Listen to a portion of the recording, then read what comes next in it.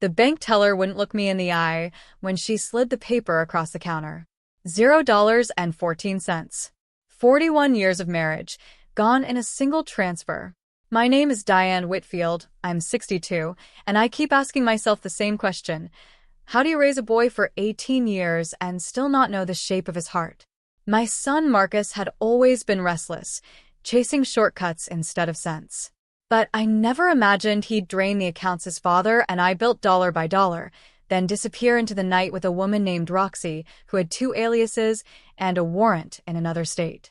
I sat at my kitchen table that morning, staring at the paper like it might rearrange itself into a different number. My hands wouldn't stop shaking. The refrigerator hummed. The clock ticked too loud. Then I heard footsteps on the stairs, light, unhurried. My grandson Eli stood in the doorway in his pajamas, backpack already on for school, looking at me with a calm that didn't belong to a 13-year-old. He walked over, kissed my cheek, and said the words that would change everything. "Grandma, don't worry. I handled it." I laughed, a broken, disbelieving sound, because what else does a 13-year-old handle? Homework. A bike chain. Not this.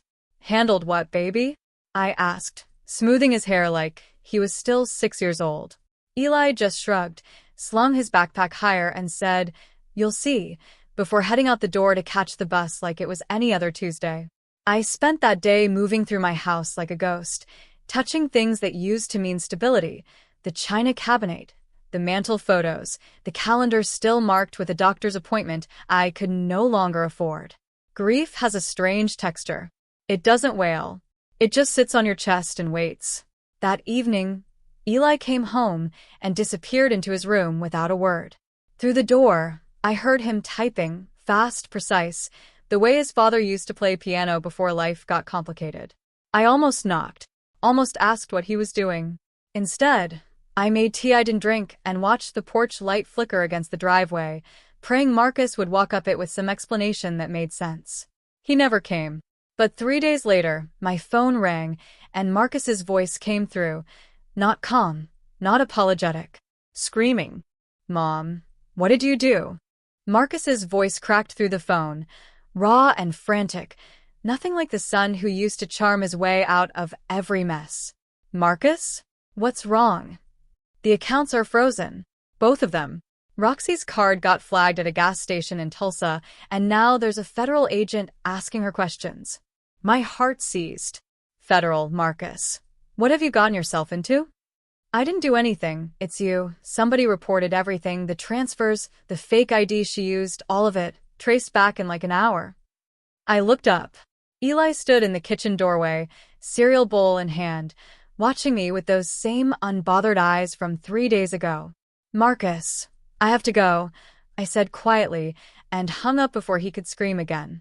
I set the phone down slow, like it might shatter. "Eli," I said carefully, "what did you do?" He took a bite of cereal, chewed, swallowed. "I didn't do anything illegal, Grandma. I just know where he hides his passwords." He paused, small and unreadable. "And I know people who don't like men who steal from their grandmothers." The spoon clinked against the bowl. I realized I didn't know my grandson at all. I sat down across from him, my knees unsteady, and studied his face like it belonged to a stranger wearing my grandson's skin. "People?" I repeated. "What people, Eli?" He set his spoon down with a precision that unsettled me more than any confession could. "There's a guy in my coding forum. Older. Works in fraud investigation, actually, real work, not the movie kind." I told him what happened.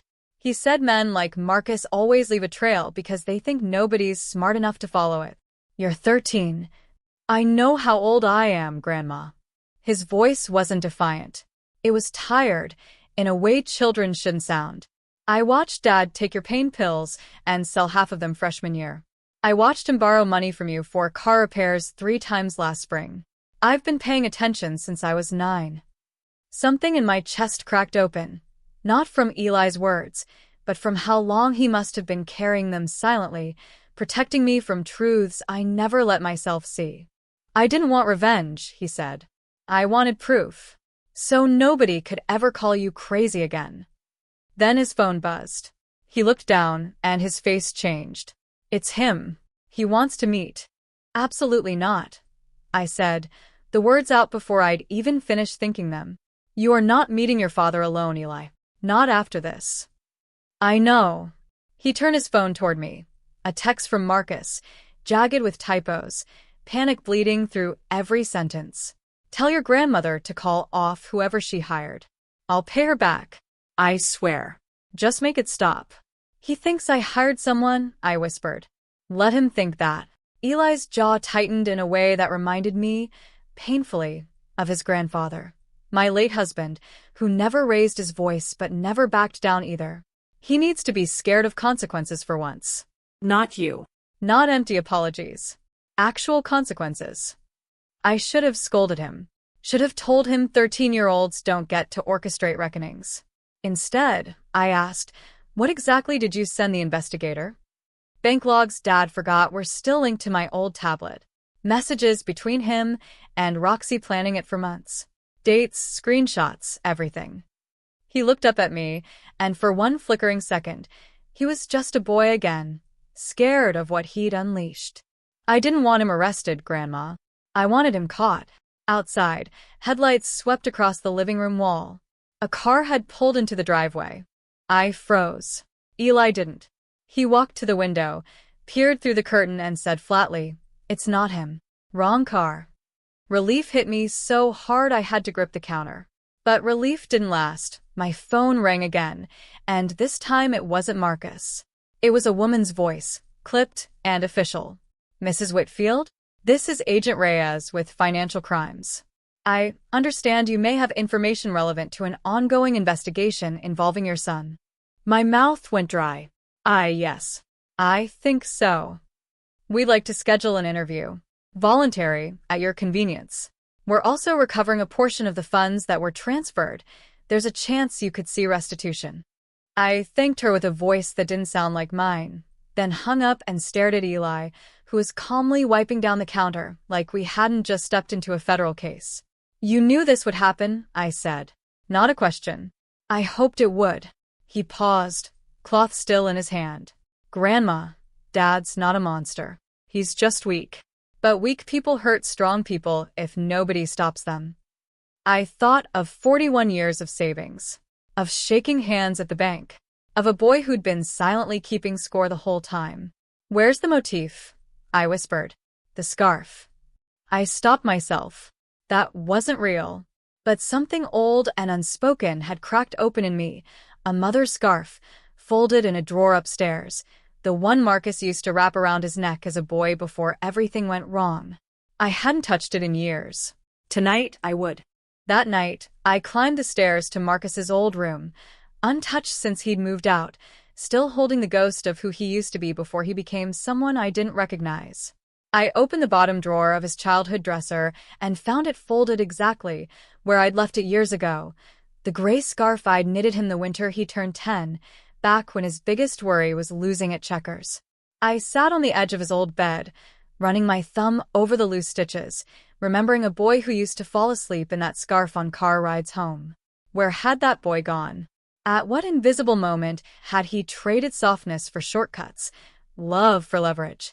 Downstairs, I heard Eli on the phone, voice low and steady, talking to someone, the investigator, maybe, or the school, arranging alibis for tomorrow like a boy twice his age. I came down holding the scarf. "He used to sleep in this," I said quietly. Eli looked at it a long moment. "Maybe that's the version of him you should mourn, not the one who did this." I nodded, tears finally falling. Not for the money, not for the betrayal, but for the boy in the scarf who never grew into the man I'd hoped for. Then Eli's phone buzzed once more. "They found Roxy," he said. "She's talking." 3 weeks later, Marcus stood in a courthouse hallway in a suit that didn't fit him anymore, waiting to accept a plea deal that would return 60% of what he'd stolen and put him on probation instead of a permanent record. A mercy his lawyer negotiated, a mercy I hadn't asked for, but didn't fight either. He looked at me before we left the building. "Did you really hire someone?" I glanced at Eli, who studied his shoes with practiced innocence. "No," I said. "You just underestimated who was paying attention." Marcus's face crumpled, not with anger, but something closer to shame, the first honest emotion I'd seen from him in years. That evening, I hung the gray scarf on a hook by our front door, not as a shrine to who he'd been, but as a quiet reminder of who he could still choose to become. Eli sat beside me on the porch, the restitution paperwork folded neatly between us, autumn light settling gold across the yard. "I didn't want to destroy him," he said softly. "Just wake him up." I pulled him close, this boy who'd carried a grown man's burden without ever asking to. "You didn't just protect me," I whispered. "You saved us both."